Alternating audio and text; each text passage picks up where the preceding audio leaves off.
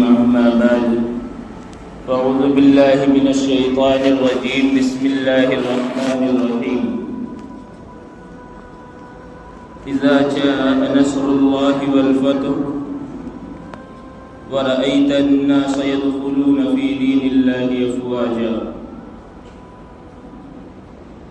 سبحان ربك رب العزة عما يصفون وسلام على المرسلين والحمد لله رب العالمين اللهم صل صلاة كاملة وسلم.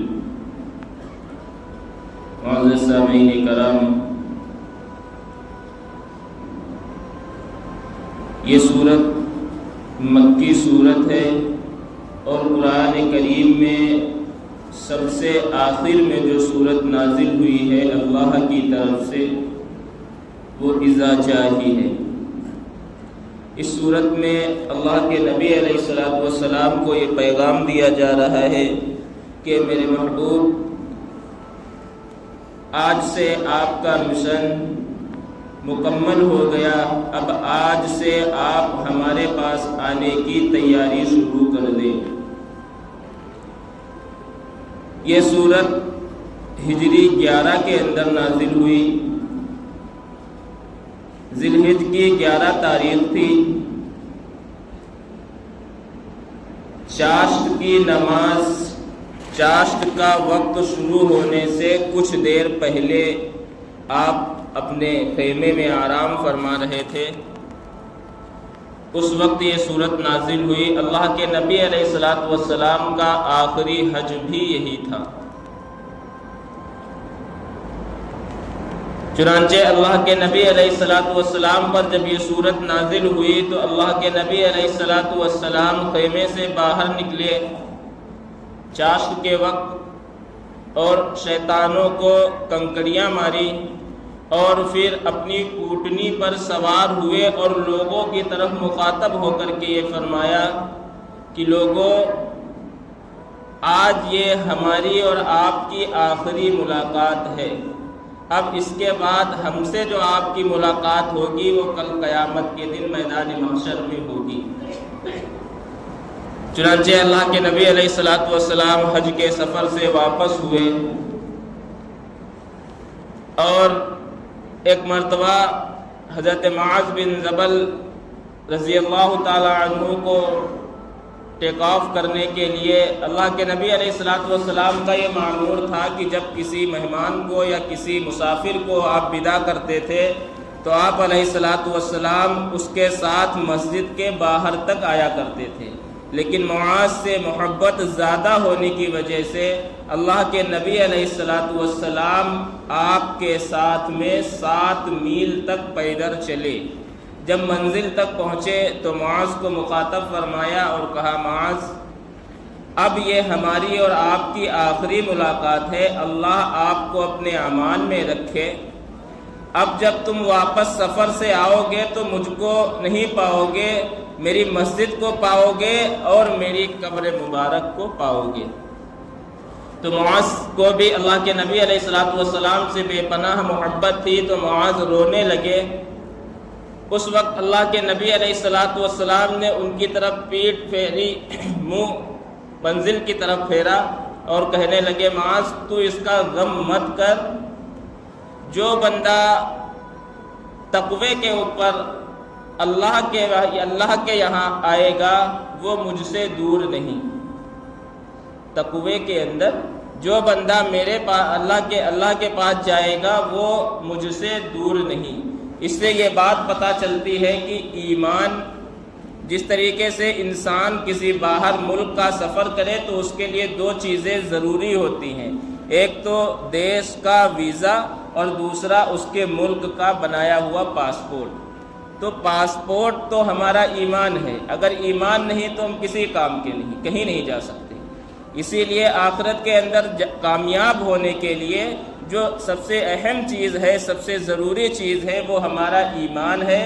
اور دوسرا جو ویزا کی شکل میں ہے وہ ہے تقوی، اللہ سے محبت، اللہ کی رضا اور خوشنودی کو اختیار کرنا، اللہ کے محبوب علیہ السلام کے بتائے ہوئے طریقے پر عمل کرنا. چنانچہ حضرت معاذ رضی اللہ تعالیٰ عنہ اپنے سفر پہ گئے، اللہ کے نبی علیہ الصلاۃ والسلام ان کو چھوڑ کر کے ودا کر کے واپس آئے۔ بستی کے اندر، مدینہ کے اندر ایک جنازہ ہوا تو اللہ کے نبی علیہ الصلاۃ والسلام اس جنازے کے اندر جنت البقیع کے اندر تشریف لے گئے۔ آپ علیہ الصلاۃ والسلام اس جنازے کی تدفین کے بعد واپس آ ہی رہے تھے کہ اللہ کی جانب سے اللہ کے نبی علیہ الصلاۃ والسلام کے پیشانی میں شدید درد شروع ہو گئی۔ وہ وقت سفر کی 29 تاریخ تھی۔ اللہ کے نبی علیہ الصلاۃ والسلام کا جو بیماری کا مرحلہ رہا ہے وہ سفر کی 29 تاریخ سے 12 ربیع الاول کی چاشت تک رہا، یعنی کل ملا کے 14 دن تک اللہ کے نبی علیہ الصلاۃ والسلام آخری دنوں میں زیادہ بیمار رہے۔ چنانچہ اللہ کے نبی علیہ الصلاۃ والسلام جب وہاں سے واپس آئے تو تمام احباب کو اکٹھا کیا، تمام صحابہ اکرام کو اکٹھا کیا اور سب سے یہ فرمایا کہ میرے ساتھیوں، اب میرا وقت قریب ہے، اب مجھے اللہ کے پاس جانا ہے۔ تو عبداللہ بن مسعود رضی اللہ تعالیٰ عنہ نے اللہ کے نبی علیہ الصلاۃ والسلام کی حالت دیکھی اور یہ فرمایا، یا رسول اللہ، اب لگتا ہے وقت نزدیک آ گیا ہے، تو آپ کے وصال کے بعد آپ کا جنازہ کون پڑھائے گا؟ آپ کو غسل کون دے گا؟ یہ تمام باتیں اللہ کے نبی علیہ الصلاۃ والسلام سے عبداللہ بن مسعود رضی اللہ تعالیٰ عنہ پوچھ رہے تھے۔ تو اللہ کے نبی علیہ الصلاۃ والسلام نے سب سے پہلی جو بات کہی وہ یہ کہی کہ اللہ آپ لوگوں کو اپنے حفظ و امان میں رکھے، اور میرا نماز جنازہ تو کوئی نہیں پڑھائے گا، ہاں ہماری تدفین اور ہمارا کفن دفن اور ہمارا غسل ہمارے اہل بیت یعنی ہمارے خاندان والے دیں گے۔ اس کے بعد سب سے اہم چیز ایک یہ فرمائی جو کبھی کسی نبی نے نہیں فرمائی۔ اللہ کے نبی علیہ الصلاۃ والسلام نے فرمایا، تم لوگوں کو میں سلام پیش کرتا ہوں اور یہ ذمہ داری دیتا ہوں کہ آنے والی تمام نسلوں تک جتنی میری امت کے اندر لوگ آئیں گے سب کے لیے میرا سلام ہے، اور یہ اپنی اپنی نسلوں کو آپ درپیش آتے آتے لوگوں تک پہنچاتے رہنا کہ آپ کو آپ کے نبی کا سلام آیا ہے۔ یہ سب سے اہم چیز ہے کہ اس امت کو آپ کے محبوب علیہ الصلاۃ والسلام نے سلام پیش کیا۔ چنانچہ اللہ کے نبی علیہ الصلاۃ والسلام اس بیماری کی حالت میں ایک وقت ایسا آیا کہ نبی علیہ الصلاۃ والسلام 4 روز پہلے عشاء کی نماز پڑھانے سے قاصر رہے۔ اللہ کے نبی علیہ الصلاۃ والسلام بستر سے اٹھتے اور پھر کمزوری کی بنا پہ پھر واپس گر پڑتے، پھر آپ اٹھتے، پھر کمزوری کی بنا پہ پھر واپس بستر پر گر پڑتے۔ چنانچہ اللہ کے نبی علیہ الصلاۃ والسلام نے یہ حکم دیا، عشاء کا وقت بھی قریب ہو گیا تھا، کہ ابو بکر سے کہو وہ امامت کرے، میرے مصلی پہ کھڑے ہو کر کے نماز پڑھائیں۔ حضرت ابو بکر رضی اللہ تعالیٰ عنہ صف پہ تھوڑا پیچھے تھے تو لوگوں نے یہ خیال کیا نماز ہی تو پڑھانی ہے۔ حضرت عمر رضی اللہ تعالیٰ عنہ آگے کھڑے ہوئے تھے، ان کو آپ نے آگے کر دیا، صحابہ کرام نے آگے کر دیا۔ جب حضرت عمر رضی اللہ تعالیٰ عنہ کی تکبیر کی آواز، اللہ اکبر کی آواز آقا نبی علیہ الصلاۃ والسلام کے کانوں میں پڑی تو اللہ کے نبی علیہ الصلاۃ والسلام نے اپنے حجرے سے آواز لگائی، عمر کو پیچھے کرو، ابو بکر کو آگے کرو، اللہ کا یہ فرمان ہے کہ میرے مصلی پر ابو بکر کے علاوہ اور کوئی نہیں کھڑا ہو سکتا۔ چنانچہ حضرت ابو بکر رضی اللہ تعالیٰ عنہ کو آگے کیا گیا، حضرت عمر رضی اللہ تعالیٰ عنہ کو پیچھے کیا گیا۔ آپ علیہ الصلاۃ والسلام کی موجودگی میں کل 17 نمازیں ابو بکر صدیق رضی اللہ تعالیٰ عنہ نے آپ کی موجودگی میں پڑھائیں۔ جب تھوڑی حالت درست ہوئی تو آقا نبی علیہ الصلاۃ والسلام حضرت علی اور حضرت فضل بن عباس رضی اللہ تعالیٰ عنہ کے کاندھوں پر اس طرح سے ایک ہاتھ ان کے کاندھے پر ایک ہاتھ ان کے کاندھے پر پیر گھسیٹتے ہوئے آقا نبی علیہ الصلاۃ والسلام عشاء کے وقت مسجد کے اندر تشریف لے گئے، اور جب تشریف لے گئے تو حضرت ابو بکر صدیق رضی اللہ تعالیٰ عنہ امامت فرما رہے تھے۔ چنانچہ جب حضرت ابو بکر صدیق رضی اللہ تعالیٰ عنہ کو یہ محسوس ہوا کہ آقا نبی علیہ الصلاۃ والسلام تشریف لا چکے ہیں تو وہ پیچھے ہٹنے کی کوشش کرنے لگے۔ آقا نبی علیہ الصلوۃ والسلام نے ان کو اشارے سے روکا، کہا نہیں ابو بکر آپ ہی پڑھاتے رہے۔ چنانچہ حضرت سیدنا ابو بکر رضی اللہ تعالیٰ عنہ کے بغل میں داہنی الٹی طرف بیٹھ کر کے آقا نبی علیہ الصلوۃ والسلام نے عشاء کی نماز ابو بکر کی امامت کے اندر پوری کی۔ یہ اعجاز پہلے صحابی حضرت ابو بکر صدیق رضی اللہ تعالیٰ عنہ کو ملا کہ جو آقا نبی علیہ الصلوۃ والسلام کی موجودگی میں آپ ان کے مقتدی بنے اور صحابی رسول حضرت ابو بکر صدیق امام بنی۔ چنانچہ نماز کے مکمل ہونے کے بعد نبی علیہ الصلوۃ والسلام نے ممبر پر جا کر کے ایک خطبہ دیا اور فرمایا اے لوگو اب میرا جانے کا وقت قریب ہو گیا ہے، چنانچہ جس کسی کا بھی حق مجھ پر ہو یا کبھی میں نے کسی کے اوپر زیادتی کی ہو یا کبھی میں نے کسی سے کوئی قرض لیا ہو یا کبھی کوئی میری بات کی وجہ سے ناراض ہو تو لوگوں میں آپ سے معافی مانگتا ہوں۔ آج محمد الرسول اللہ اپنے جان اور مال کے ساتھ آپ لوگوں کے سامنے پیش ہے، آپ لوگوں کا جو جو حق ہے آپ ہم سے لے سکتے ہیں۔ چنانچہ اس مجمع کے اندر سے ایک صحابی رسول کھڑے ہوئے، فرمایا یا رسول اللہ آپ نے ایک وقت میں مجھ سے 3 درہم لیے تھے، وہ ابھی تک واپس نہیں لوٹائے۔ چنانچہ اللہ کے نبی علیہ الصلوۃ والسلام نے پوچھا مجھے یاد نہیں کہ آپ مجھے یاد دلائیں گے؟ تو ان صحابی نے بتایا کہ ایک مسکین آیا تھا، اس نے آپ سے سوال کیا تھا، آپ کی جیب میں 1 روپیہ بھی نہیں تھا، اس وقت میری جیب میں 3 درہم پڑے ہوئے تھے، تو آپ نے فرمایا آپ ان کو دے دیجئے میں آپ کو بعد میں واپس لوٹا دوں گا، وہ 3 درہم ہمارے باقی ہیں۔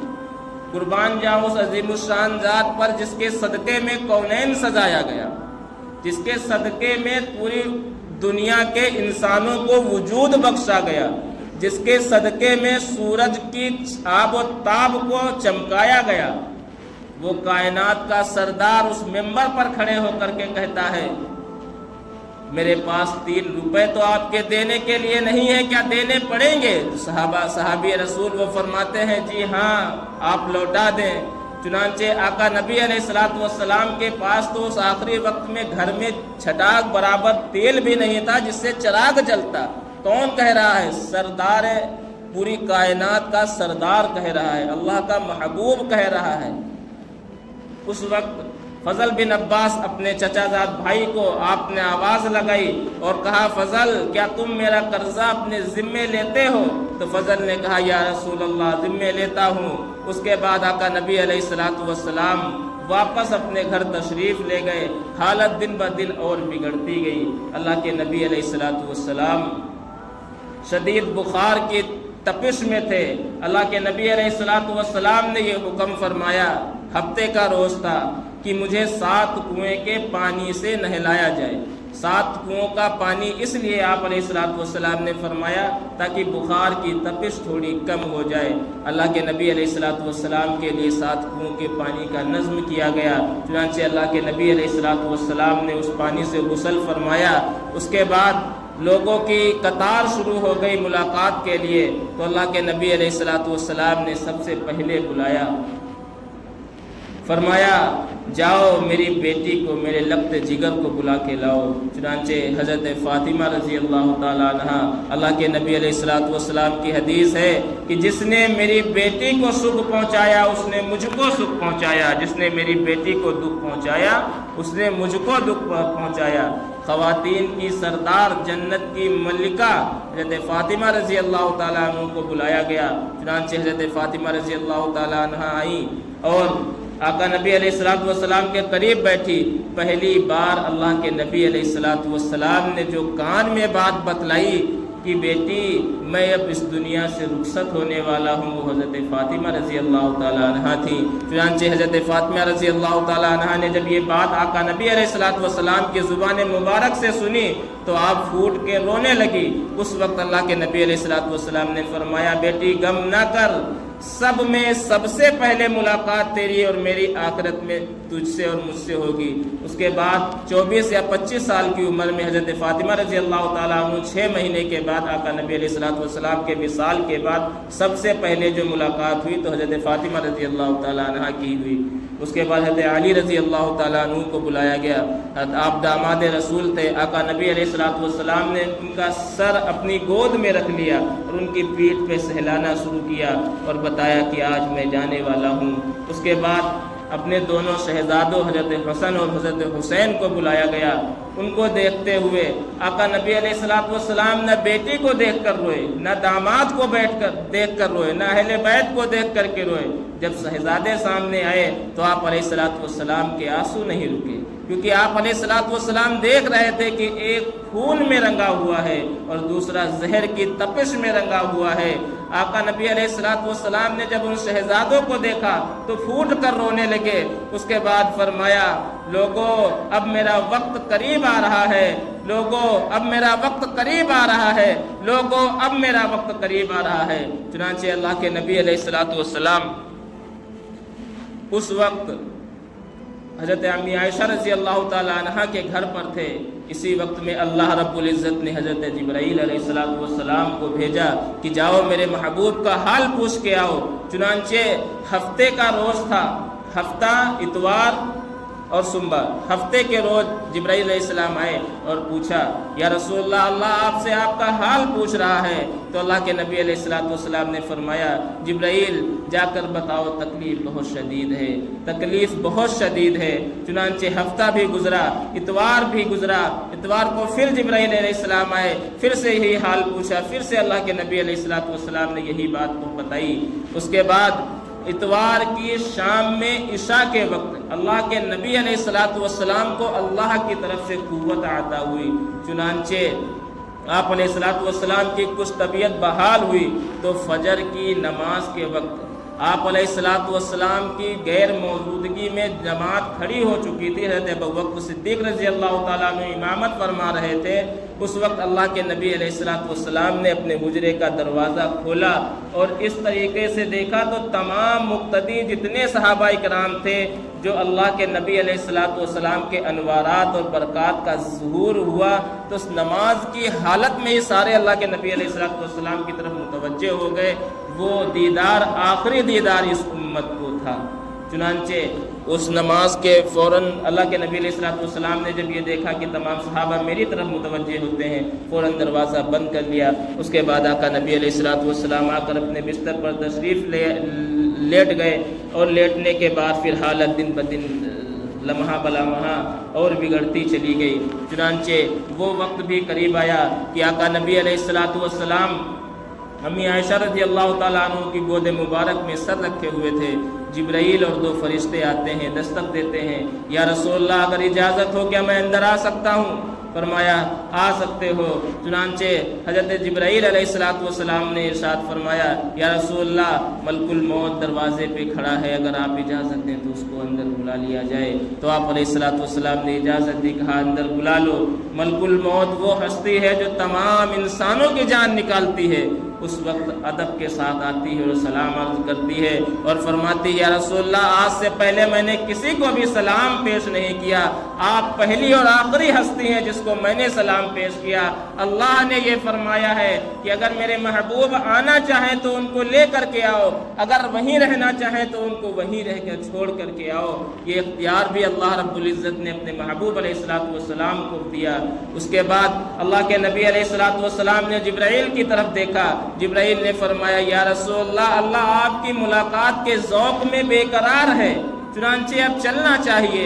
اللہ رب العزت نے اللہ کے نبی علیہ الصلوۃ والسلام نے فرمایا، اچھا سنو جبرائیل، جاؤ اللہ کے پاس جاؤ۔ اس وقت اگر انسان آخری مرحلے میں سب سے پہلا جو سوال کرتا ہے وہ اپنے اہل و عیال کا کرتا ہے۔ اللہ کے نبی علیہ الصلوۃ والسلام دیکھ رہے تھے کہ میرے دونوں نواسے، ایک شہید ہو رہا ہے نیزے کی نوک پر، ایک شہید ہو رہا ہے زہر کی نوک پر۔ اس وقت اللہ کے نبی علیہ الصلوۃ والسلام کو اپنے نواسوں کی فکر نہیں ہوئی۔ اس وقت بھی اللہ کے نبی علیہ الصلوۃ والسلام نے جبرائیل سے کہا، جاؤ پہلے اللہ سے پوچھ کے آؤ، میرے بعد میری امت کا کیا کریں گے۔ اللہ کے نبی علیہ الصلوۃ والسلام کا یہ فرمان سنتے ہوئے جبرائیل دوڑے اور اللہ سے پوچھنے گئے۔ اللہ رب العزت نے بتایا کہ یا رسول اللہ آپ فکر مت کریں، آپ کے بعد آپ کی امت کا پورا خیال رکھا جائے گا۔ اگر اس وقت اللہ کے نبی علیہ الصلوۃ والسلام یہ سوال نہ کرتے تو ہم میں سے کوئی کتا، کوئی خنزیر، کوئی کچھ نہ کچھ مبتلا بنا ہوا گھوم رہا ہوتا۔ آج ہماری بدعمالیاں یہ ہیں۔ کل میدان محشر کے اندر جب تمام انسان پریشان کن ہوں گے، سوالات کی گھڑیاں شروع نہیں ہوئی ہوں گی، اس وقت بھی جبرائیل حضرت ابراہیم علیہ السلام کہیں گے نفسی نفسی، حضرت عیسیٰ علیہ السلام بھی یہی الفاظ کہیں گے، میں اپنی ماں مریم کا بھی سوال نہیں کرتا، نفسی نفسی۔ آپ لوگ دیکھیں گے اس وقت خستہ حال، سر جھکا ہوا، آنکھوں سے آنسو، ہاتھوں میں بارگاہ الہی کے اندر ہاتھ اٹھائے ہوئے ہمارے محبوب علی نبی علیہ الصلوۃ والسلام یہ فرما رہے ہوں گے، یا ربی امتی یا ربی امتی۔ کیا ان کو کسی کی فکر نہیں؟ تمہاری فکر تھی۔ آج ہم نے اسی نبی علیہ الصلوۃ والسلام کی سنتوں کو پامال کرنا شروع کر دیا۔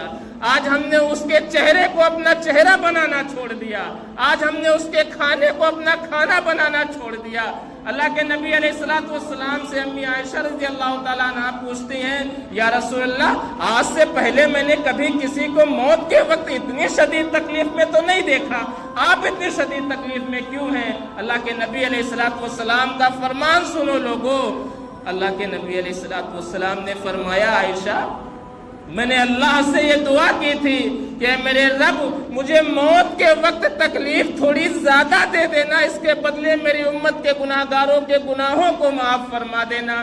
عائشہ اسی وجہ سے آج مجھے تکلیف زیادہ ہو رہی ہے۔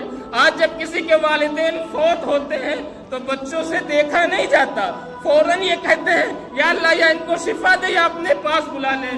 آپ سوچیں وہ سردار جنت کی حضرت فاطمہ دیکھ رہی تھی، وہ یار حضرت غار حرا والا حضرت ابوبکر صدیق وہ بھی دیکھ رہے تھے۔ امی عائشہ امت کی ماں، مفکرہ اور محدثہ، آپ بھی دیکھ رہی تھی، لیکن اللہ کے نبی علیہ الصلوۃ والسلام اس وقت بھی کسی کا خیال نہیں، اپنی امت کا خیال کرتے ہوئے یہ فرما رہے تھے، میں نے اپنے رب سے یہ دعا کی تھی، اے اللہ موت کے وقت تکلیف تھوڑی زیادہ دے دینا تاکہ میرے گناہگار امتیوں کے گناہ معاف ہو سکے۔ عزیزوں آج ہم اور آپ غور کریں، کیا ہم اللہ کے نبی علیہ الصلوۃ والسلام کے ساتھ انصاف کر رہے ہیں؟ کیا ان کی محبت کا تقاضا یہی تھا کہ اذان ہوتی رہے ہم اپنے کاروبار میں مشغول رہیں؟ دوستو آخری نصیحت اور آخری الفاظ اللہ کے نبی علیہ الصلوۃ والسلام کو اس امت کے لیے نصیحت یہ تھی، اے میرے امتیوں نماز نہ چھوڑنا، نماز نہ چھوڑنا، کبھی کسی غریب کو جھڑکنا نہیں، کبھی کسی غلام کے اوپر زیادتی نہ کرنا، کبھی کسی ملازم کے اوپر نہ حق تلفی نہ کرنا۔ آج ہم اور آپ غور کریں کہ ہم یہ تمام اعمال اپنی زندگی کے اندر لا رہے ہیں؟ کیا ہم اپنی زندگی کو آقا نبی علیہ الصلوۃ والسلام کی سنت کے موافق ڈھال رہے ہیں؟ کیا ہم نے نمازوں کی پابندی کی؟ ہمارے جسموں کے اندر قوت بھی ہے، سب کچھ بھی ہے، وہ محبوب نبی جس کو کونین کا سردار کہا گیا، اس کے خلاف ورزی کر کے ہم پھر بھی خوش رہتے ہیں، منہ میں کھانا ٹھوستے ہیں، آرام سے ٹہلتے ہیں۔ دوستو یہ انصاف نہیں۔ ایسا بن کے جاؤ کہ اللہ کے نبی علیہ الصلوۃ والسلام کی جب شفاعت میدان محشر کے اندر تقسیم ہو رہی ہو تو اس وقت اللہ کی طرف سے یہ فرمان ہو، یہ سب میرے محبوب کے امتی ہیں، ان سب کو بخشا جائے، ان سب کو بخشا جائے۔ کیا اسی صورت کے ساتھ ہم سب اللہ کے محبوب علیہ الصلوۃ والسلام کا سامنا کریں گے؟ نہیں دوستو، یہ غفلت بھری دنیا ہے، غفلت بھری دنیا ہے۔ موت ہماری منزل ہے، موت ہماری منزل ہے۔ قبر سے ڈرتا وہی ہے جس سے اللہ سے اور اللہ کے محبوب سے محبت نہیں ہوتی، اور جس کو اللہ کے محبوب سے محبت نہیں وہ مسلمان نہیں ہو سکتا، وہ مسلمان نہیں ہو سکتا۔ صرف عاشق رسول کہنے سے ہم عاشق رسول نہیں ہوتے، جب تک کہ ہمارا ایک ایک کام اللہ کے نبی علیہ الصلوۃ والسلام کے طریقے کے موافق نہ ہو جائے، ہمارا چہرہ اللہ کے نبی علیہ الصلوۃ والسلام کے چہرے کے موافق نہ ہو جائے، ہمارا کردار، ہمارا آپسی تعلقات اللہ کے نبی علیہ الصلوۃ والسلام کے موافق نہ ہو جائے، دوستو اس وقت تک ہم عاشق رسول نہیں ہو سکتے، اور جو عاشق رسول نہیں اس کو نبی کی شفاعت میں کوئی حصہ نہیں، کوئی حصہ نہیں۔ اللہ تعالی ہم سب کو پہلے سننے زیادہ عمل کی توفیق عطا فرمائے۔ وما علینا الا البلاغ۔